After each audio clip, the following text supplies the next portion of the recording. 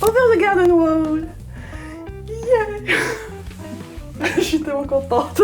Alors, Over the Garden Wall, c'est une série que j'ai commencée cette année, débutée et terminée, puisque c'est une mini-série d'animation qui était diffusée sur Cartoon Network. Over the Garden Wall, c'est une petite merveille de télévision. Je l'ai mise dans mon top 3 des séries que j'ai vues cette année, parce qu'elle est absolument excellente. C'est une série parfaite. Je n'ai rien négatif à dire sur cette série. C'est ce petit bijou de télévision qui vous tombe dessus. Et rien que d'y penser, j'ai l'impression d'être sur un nuage et je suis trop contente et c'est superbe. C'est superbe, Over the Garden Wall. Donc il y a 10 épisodes, mais chaque épisode dure 10 minutes. Si vous recommencez Over the Garden Wall, je vous conseille de ne faire que ça. C'est-à-dire que vous devez tout regarder. C'est quand vous regardez la série, vous comprenez qu'elle a plus été vue, je trouve, comme un long métrage d'une heure et demie, 2 heures presque. C'est beaucoup plus plaisant de la regarder comme ça. Posez-vous un dimanche après-midi et regardez tout en entier. Je pense que vous l'apprécierez mieux de cette manière-là. Donc ça vous raconte l'histoire de deux petits garçons qui sont frères. Donc l'aîné s'appelle Wirt et le petit frère s'appelle Greg. Ils sont dans un univers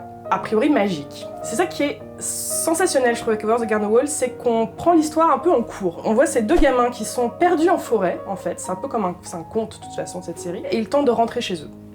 L'histoire, c'est ça. On sait pas où est-ce que c'est chez eux, on sait pas comment ils sont perdus.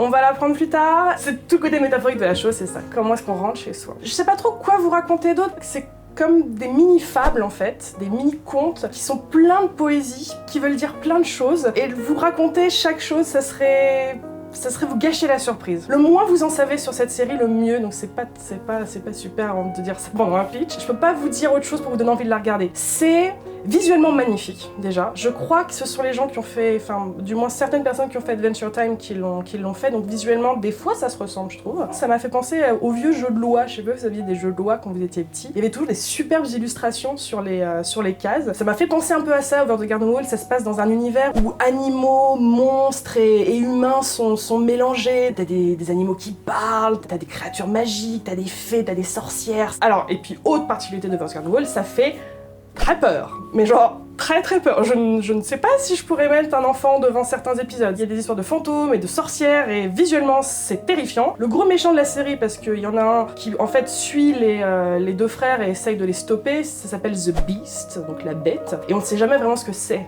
The Beast. On l'entend juste chanter. Il a une voix d'opéra, de baryton qu'on entend juste en fond sonore de temps en temps. Quand on voit à quoi ressemble The Beast à la fin, étant donné que j'ai fait un peu de cauchemar, c'est terrifiant, je sais pas ce que ça va foutre dans un dessin animé pour enfants, c'est pas pour enfants ça se trouve cette série, mais c'est pas grave. Le casting est très cool, le garçon qui fait la voix du fils aîné, Wirt, c'est Elijah Wood, donc Frodon l'ancien anneau, j'ai pas besoin de vous présenter Elijah Wood. C'est un de mes acteurs préférés et qui a beaucoup de talent pour le doublage, je trouve. Il fait ça très bien, il met énormément d'émotion dans ce personnage, c'est superbe. Le petit garçon qui fait Greg, il est pas très connu, mais il est mignon aussi. Il y a un bûcheron qui les suit régulièrement, qui est joué par Christopher Lloyd, qui est le monsieur de Retour vers le futur. La relation entre les deux frères est merveilleuse. Oubliez Sam et Dean.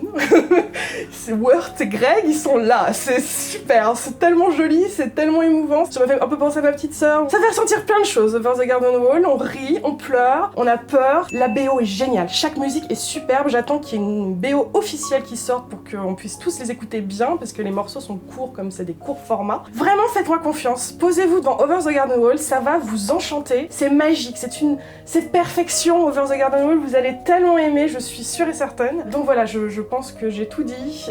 Courez voir cette petite merveille d'animation. Venez me dire ce que vous en avez pensé. Et voilà, j'espère que ça va vous plaire. Enfin moi, ça m'a renversé, cette petite série. Voilà.